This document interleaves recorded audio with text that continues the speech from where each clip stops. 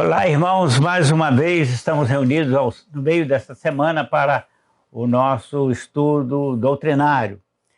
Nós louvamos a Deus pelo privilégio de servi-lo.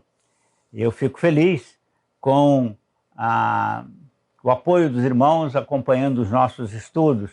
Eu gostaria muito que os irmãos estivessem divulgando o nosso estudo para amigos, parentes, conhecidos, irmãos de outras igrejas e, se possível, inscrevendo pessoas em nosso canal para que um maior público possa ter acesso a esses estudos, que espero estejam sendo bênção na sua vida. Queridos, nós estamos em meio da semana e é a oportunidade feliz de estarmos orando pelos nossos amigos, os nossos irmãos. Continue, querido, enviando o seu pedido de oração para a secretaria de nossa igreja. A nossa secretária fará chegar às mãos daqueles irmãos que estão empenhados em grupos, em correntes de oração, no movimento de oração, orando em favor dos nossos queridos. Também eu gostaria de continuar insistindo com os irmãos no sentido da sua fidelidade nos dízimos e nas contribuições. A igreja tem compromissos a saldar e nós estamos contando com o apoio dos irmãos, com a sua contribuição para termos condição de saldar os nossos compromissos. Oremos ao Senhor. Pai, te agradecemos pelo privilégio deste encontro em meio da semana e a oportunidade, ó Pai, de estudarmos a Tua Palavra. Mas nesse instante nós queremos tomar um pequeno tempo para, diante do Teu trono, estar colocando em Tuas mãos as nossas ansiedades, as nossas inseguranças, os nossos pedidos a nosso favor. Pai querido, pedimos que estejas abençoando os Teus filhos, especialmente aqueles que estão enfermos, abençoando com saúde, com revigor, com recuperação, com cura. E nós suplicamos, ó Pai, que estejas abençoando em especial aqueles que estão em tratamento de câncer. Alguns estão fazendo fisioterapia, quimioterapia. E nós suplicamos, ó Pai, que estejas, acima de tudo, abençoando com vigor emocional o coração, a alma desses queridos. Abençoa, Senhor, também os Teus filhos que estão desempregados, estão ansiosos por um trabalho. Abra, Senhor, abençoe para que portas se abram para os Teus filhos e eles possam, Senhor Deus, sair da situação difícil em que se encontram. Abençoa os nossos jovens que estão estudando, se preparando, alguns que estão voltando agora, Senhor, para as aulas presenciais. Proteja-os, Senhor, com a saúde. Nós oramos em nome de Jesus. Amém. Queridos, estamos estudando sobre os anjos e prometi na semana passada estar falando hoje sobre a queda de Lúcifer e dos anjos que o acompanharam naquela deditosa situação. Quero ler os textos de Judas, versículo 6, Lucas capítulo 10, versículo 18, Apocalipse 19, versículo 20 e no capítulo 20, os versículos 10 e 15. E aos anjos que não guardaram seu principado e deixaram a sua habitação, estão reservadas as trevas em prisões eternas e aguardam o juízo daquele grande dia. E vi Satanás cair do céu como um raio, e a besta foi presa e com ela o falso profeta, e estes dois foram lançados no ardente lago de fogo. E o diabo, o enganador, foi lançado no lago de fogo onde está a besta e o falso profeta, onde dia e noite serão atormentados para todo sempre.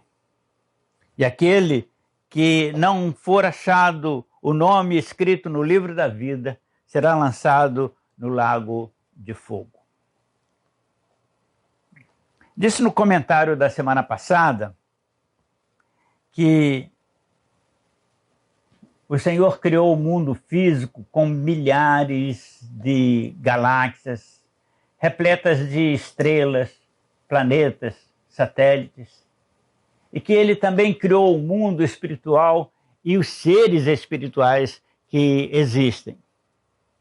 Hoje, estudaremos o que a Bíblia revela sobre os seres espirituais criados para os propósitos divinos, mas que se desviaram de tais propósitos, perverteram suas naturezas santas e afastaram-se dos propósitos para os quais foram criados e se tornaram espíritos maldosos, aspas, anjos do mal, passando a serem identificados na Bíblia como o diabo e seus anjos, Satanás e seus demônios.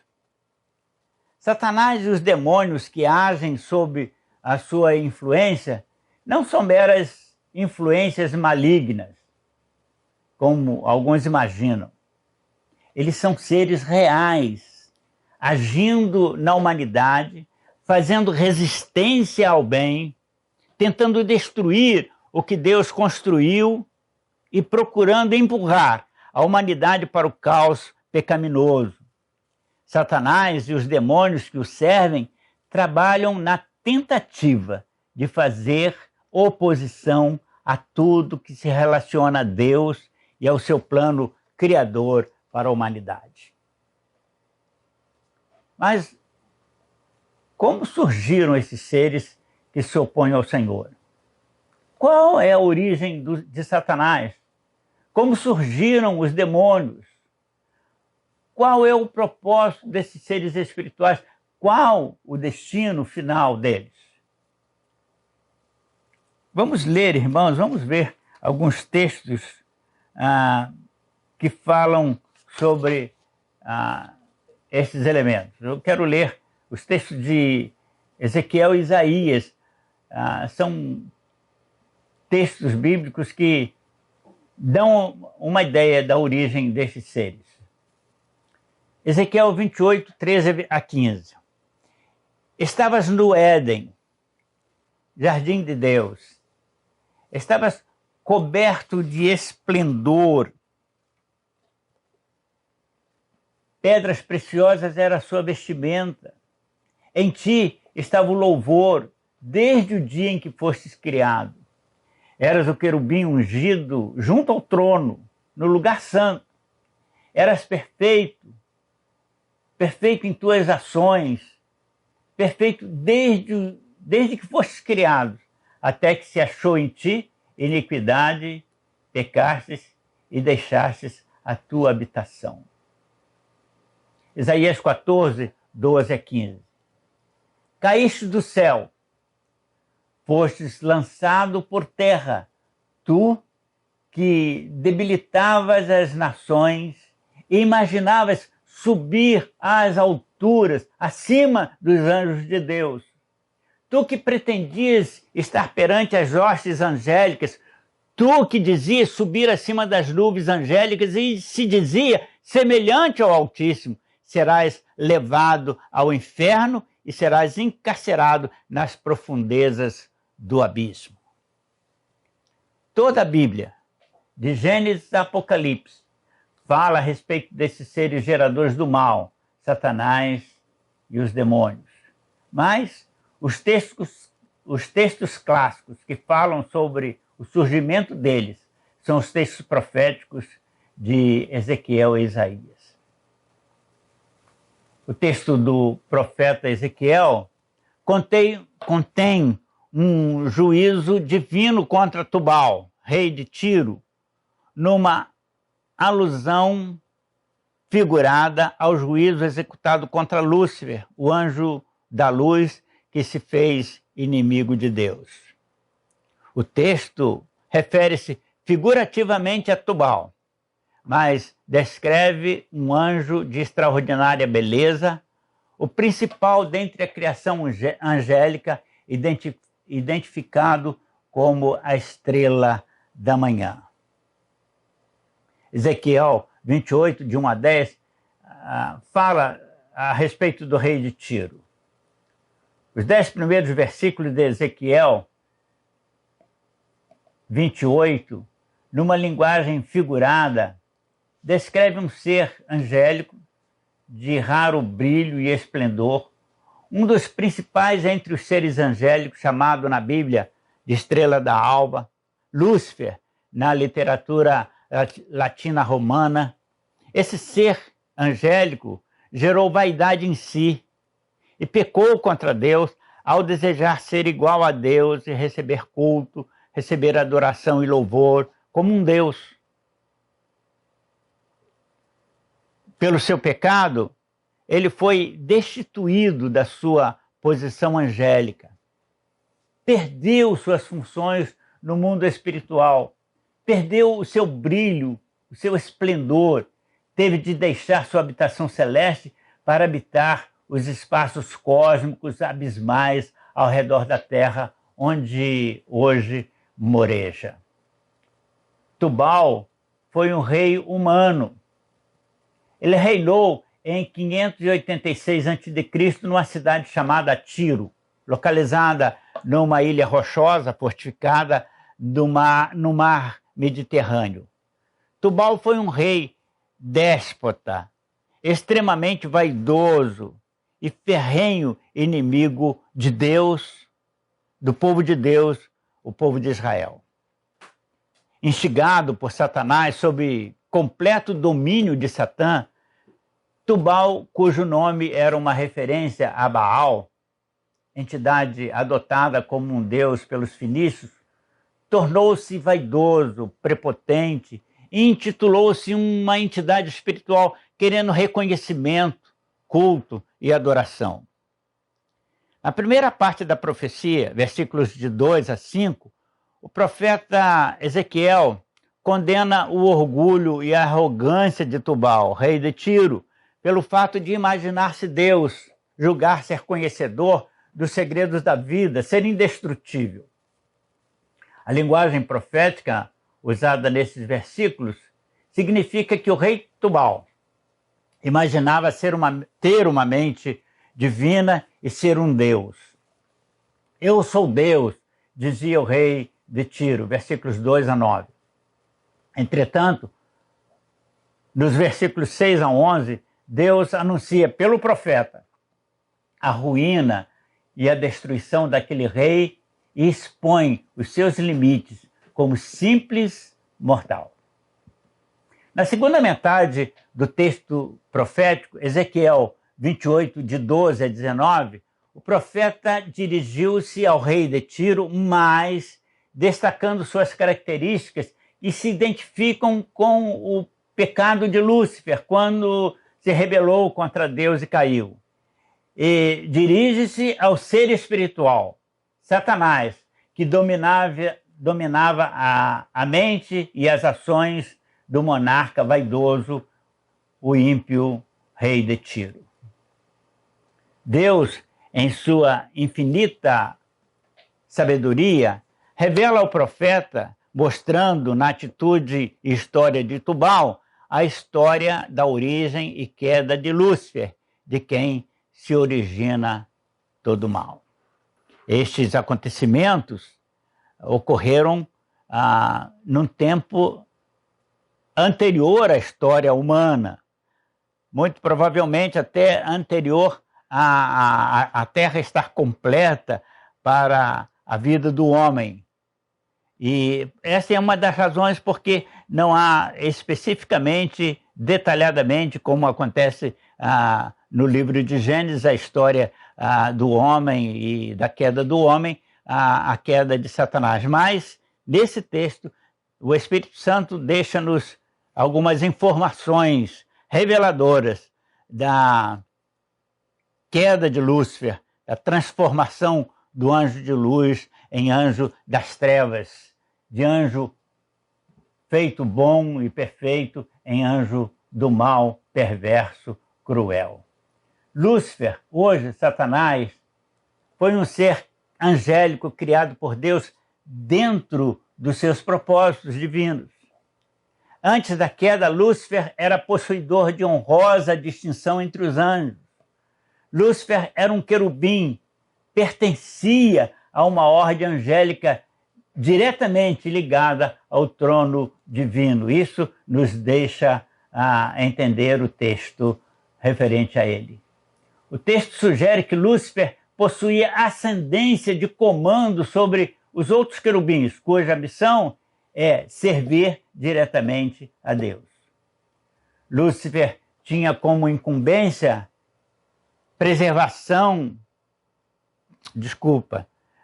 ele tinha como incumbência preservar a criação, e nesse mistério ele tinha a ação de comando sobre os outros querubins, cuja missão é servir a Deus.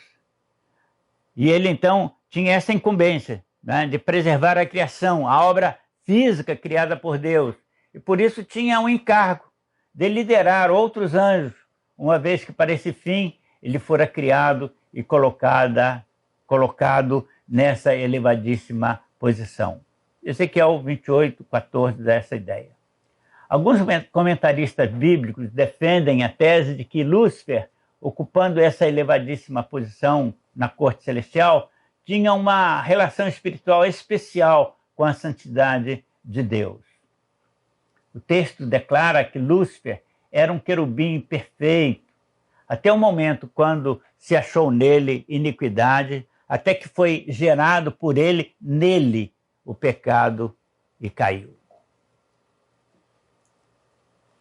Isaías, o outro profeta que faz referência a Lúcifer, declara que ele era a estrela da manhã, estrela da alva. Isaías 14:12. Essa expressão sugere que Lúcifer era o responsável pelo esplendor celeste, o propagador da luz. O erro de Lúcifer, a sua iniquidade, constituiu-se em querer igualar-se à Trindade, receber louvor, glória e adoração das hostes celestes. Honras só devida a Deus.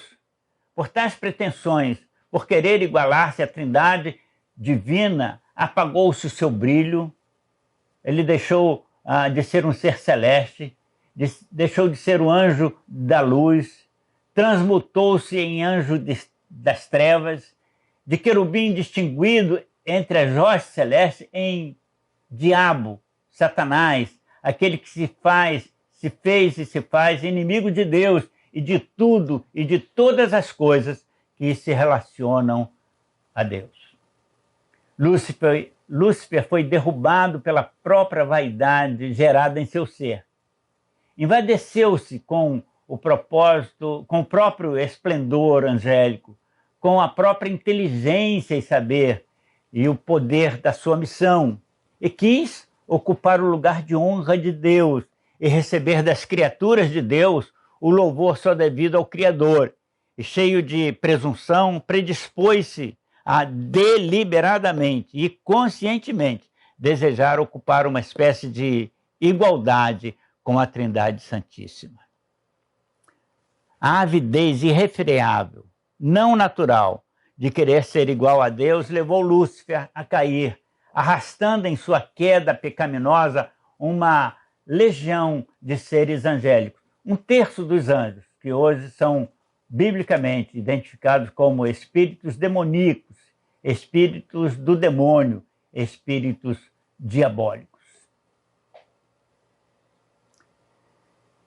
Nesse imenso universo, Deus havia escolhido propositalmente, dentro dos seus soberanos propósitos, a Terra e preparou-a para ser a habitação de uma criatura especial, o ser humano. Uma criatura tripartite, feito de corpo, que é a matéria predominante no planeta, da Terra, a alma, a mente, que constitui o intelecto, a inteligência, a capacidade criativa do homem, e o espírito, a partícula viva do próprio Criador, a vida. Este ser inteligente e espiritual seria imagem e semelhança do próprio Criador. Satanás, então, elegeu-se, em primeiro lugar, em oponente a Deus, e, em segundo lugar, um persistente adversário da humanidade. 1 Pedro, capítulo 5, versículo 8. E Satanás dedicou-se a oprimir a mente humana, a alma, através de imaginações fantasiosas e pecaminosas, induzindo o homem ao pecado. É através da ação demoníaca, pela possessão da mente humana, que Satanás se apossa da personalidade das pessoas, que lhe concedem brecha, assumindo-lhe a alma, a mente, manipulando-a em seus intentos maldosos. Lucas capítulo 8, versículo 27 a 34. Esse texto descreve, você pode ver lá depois, o episódio do endemoniado de Gadara, um homem que se maltratava, que enfrentava as autoridades locais, as autoridades, enfim, trazia transtorno para a comunidade de Gadara. Jesus expulsou o demônio deles. Estava com uma legião. Apesar de termos sido criados um pouco menor que os anjos, Salmo 8, versículo 4 e 5, Deus deu ao homem salvo, cujo nome está escrito no livro da vida, poder e autoridade espiritual sobre Satanás e demônios para resisti-los. Você pode conferir esta afirmação no livro de Tiago, capítulo 4, versículo 7. E nós podemos expulsar os demônios da vida, do nosso derredor, da vida de alguma outra pessoa. Marcos, capítulo 10, versículo 17. A fonte da autoridade espiritual sobre todo o mal está revelada na palavra de Deus, a Bíblia. O homem precisa crer e viver em Cristo para ter vitória sobre o pecado sugerido por Satanás, instigado na vida de todo crente pelos demônios. Paulo disse a Tiago que, se sujeitando à vontade de Deus, o diabo fugiria dele, não importunaria. E aos discípulos, Jesus disse que, no nome dele, Jesus, os discípulos teriam autoridade de expulsar os demônios importunadores da vida de pessoas, de situações várias. Lembro do episódio de Paulo em Filipe, né? Quando uma menina endemoniada, que era explorada, inclusive, com aspas aí, o dom de adivinhação, ela, por dias, andou atrás de Paulo e Silas, declarando que eles eram homens de Deus. E aquilo estava importunando a Paulo, ele percebia que não era uma declaração vinda do Espírito Santo, e então ele expulsa os demônios daquela moça. Acabou sendo preso por causa disso, né? Mas aí está um exemplo do que acabei de dizer, né? Jesus disse que nós podemos expulsar os demônios. A fonte da autoridade espiritual sobre todo o mal está revelada na palavra de Deus. O homem precisa crer e viver em Cristo para ter a vitória sobre o pecado sugerido por Satanás.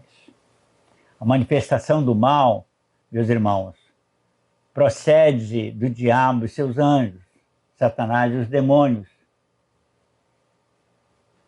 Diz o texto sagrado que eles andam à nossa volta, rugindo, buscando uma chance para nos atacar.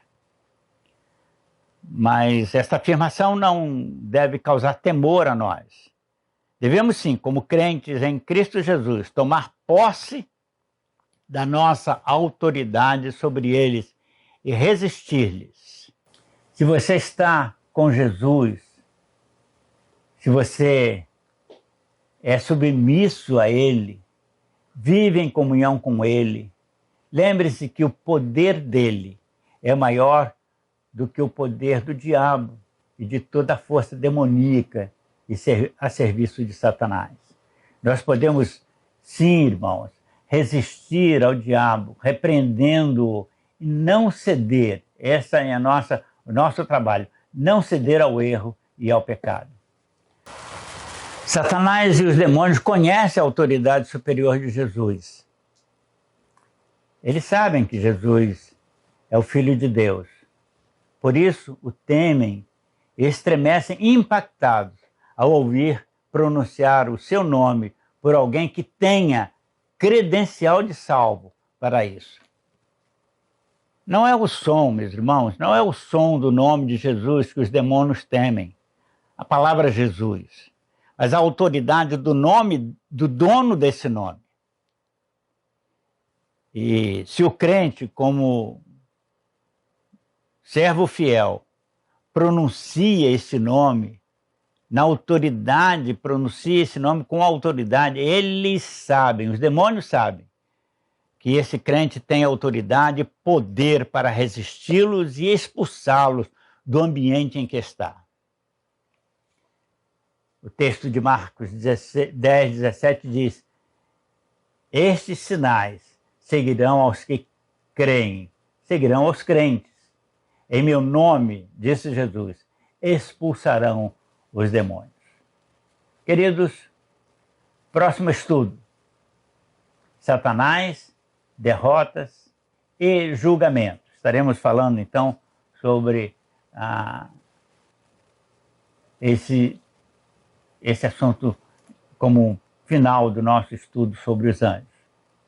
E aí, logicamente, estarei introduzindo alguns conceitos escatológicos. Que Deus nos abençoe e que o amor de Deus, a graça do nosso Senhor e Salvador Jesus estejam com todos os ouvintes, com toda essa congregação reunida em seus lares, desde agora e para sempre. Amém.